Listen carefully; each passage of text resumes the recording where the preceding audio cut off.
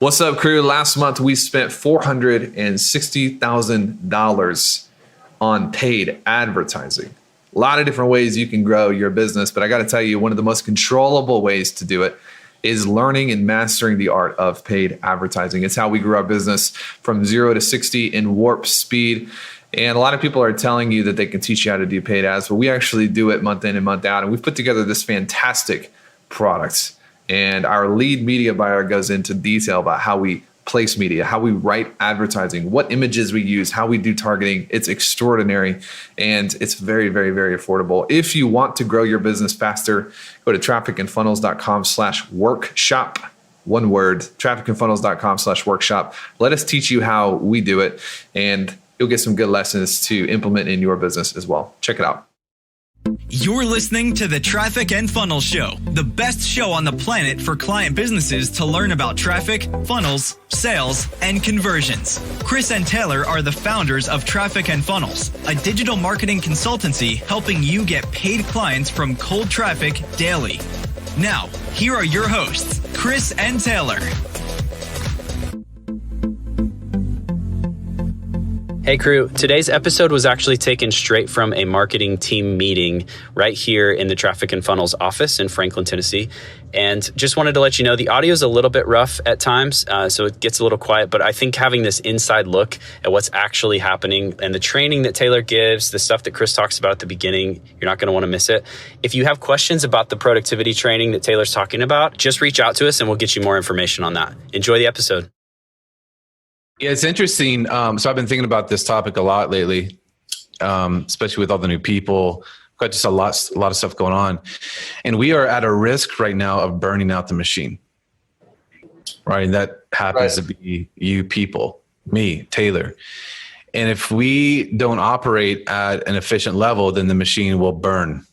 And so the thing is, where we want to get to as a team and as a company is that it requires very little of us individually and as a team and as a company to accomplish 1 million, then 1.5, and then 2 million.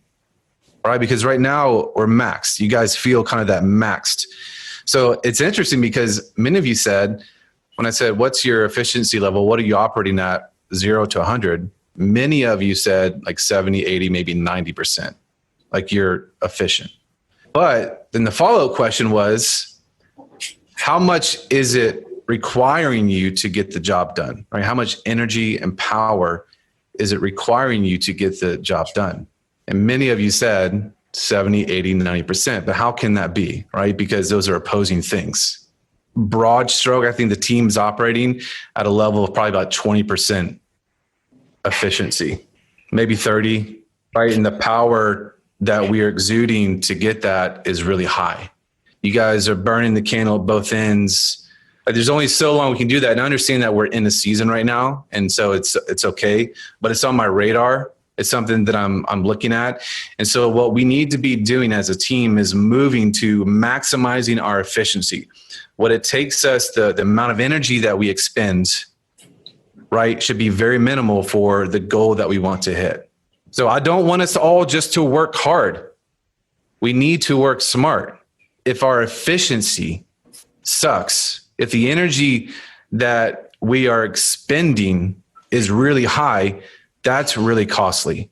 Not just as us being individuals, but the company financially, which means there's not money to go around. There's no bonuses. So it's something that I want you to start thinking about. And the direction we need to start moving into as individuals, as a department, and as a company. We need to maximize our efficiency. Can I trade on this for a second? Like 2 minutes? Yeah. The sales team efficiency, I think it's like a 10 out of 100. Oh. And I've been noticing this, I feel like in marketing as well. This is the reason we came up with the productivity system, especially in sales. We're redlining all the time. You guys know what redlining means? Yep. I think the biggest lever that we have in marketing that will determine, like what Chris is talking about, is actually not what, but when. So let me give you an example. If you get in your car and you begin driving, if you're going 10 miles an hour, it can be in a lower gear. But when you get to 60, 70 miles an hour, if it's still stuck in a lower gear, what happens? It's really about when like the gear shift needs to happen. And I feel like a lot of people, like, who's doing their weekly map on a Monday morning? Who's doing it on a Sunday afternoon? So like, there's all these things that we can tinker with inside of your energy. And my hunch is that a lot of people are doing their to-do list the morning of. Maybe you guys all raise your hand on Sunday afternoon, but I feel like the maps are not actually being done in the right time. At least this is what's true for my team. The way that I do it is I pick my highest energy on the weekends and I do it then. Sometimes it's Saturday, sometimes it's Sunday. If I'm feeling really good on a Saturday, I'm going to build out my map for the next week. And I always do my to-do list the night before because I don't want to use any bandwidth. I don't want to use any of Thursday's bandwidth figuring out what to do. Mm-hmm. So there is something to be said for Chris talking about like the efficiency needs to go up. And then there's also something to be said for just improperly using the bandwidth you have, which drives the efficiency down. Makes sense? Yeah. 100%. Questions about that? How do you shut it off when you do to-do list at night for the day before? Because that just gets me like... My HRV is in the 80s. Like my sleep is profound. Chris doesn't have an Oura ring or else we would be able to compare. But my whole end of day review is completely optimized right now for me to sleep well and me to wake up the next morning and just get to work without having to think. So I do my end of day planning at like 8:30. I take a break, eat dinner, and I look at my weekly map at like 8:30 and I plan tomorrow based on my weekly map. So I already have my big stuff done. I'm not thinking on a Wednesday night, what are the major needle movers that I need to do tomorrow? That's already done. That's been done on Saturday afternoon or Sunday morning, or, those are the things in the boxes on the left-hand side of the productivity map. You already have those big bullets, but what I'm doing the night before is I'm writing it all out. I'm looking at my calendar and I'm putting into my subconscious brain what I expect tomorrow to look like. I do that like 8:30. I review my day and I practice gratitude and focus on what I'm grateful for and thankful for. And when you do your weekly map at night, it detoxes the brain. You don't have to think about to-do lists. You don't have to think about, oh, this is on my mind. Sometimes I'm literally like, I need to ask Chris about this, or sometimes I'll be like, check on Ashton. Sometimes it's just whatever it is on your mind, you put it in your radar because you have to have a clean slate mentally or you're going to lay in bed and not go to sleep. When I practice gratitude, I detox the gut. Your emotions come from your gut. Have you ever felt overwhelmed? It's important to know that it's not coming from your brain. Overwhelm doesn't come from your brain. It comes from the gut. It comes from feeling, right? Feeling doesn't come from the brain. It comes from feeling like you have too much to do and not enough time to do it. Overwhelm doesn't come from cognitively thinking about how much, because when we cognitively think, it decreases overwhelm. That's why you've probably heard Chris before say, like, grab a notebook, go to Starbucks, turn everything off, and just think. That's because that decreases overwhelm. It takes blood from the gut to the brain. So I detox the brain, I detox the gut with my gratitude. You're going to fall right to sleep and the quality of your sleep is going to go up. When you wake up in the morning, you already have your to-do list for the day.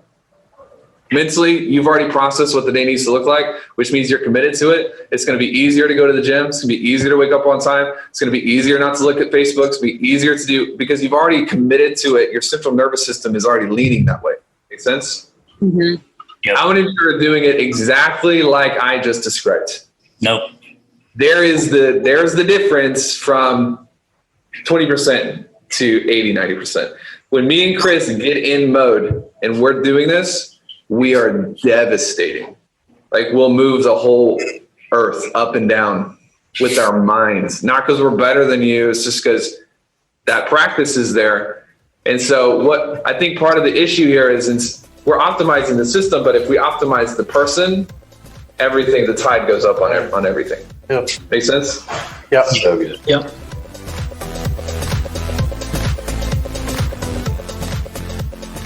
Hey, what if you could be in the boardroom where we sit down and we plan out how we're going to grow our 8-figure company month in and month out? If you've ever wondered how traffic and funnels grew so quickly, there are strategies, there are formulas that you can model in your business that our clients our modeling to scale to the moon and back. This is an amazing program. It's called Insiders Access Monthly, and we've put together a couple words on a page that you can actually go and check out this offer, trafficandfunnels.com/IAM. You will not be sorry, I promise you. Let me know what you think.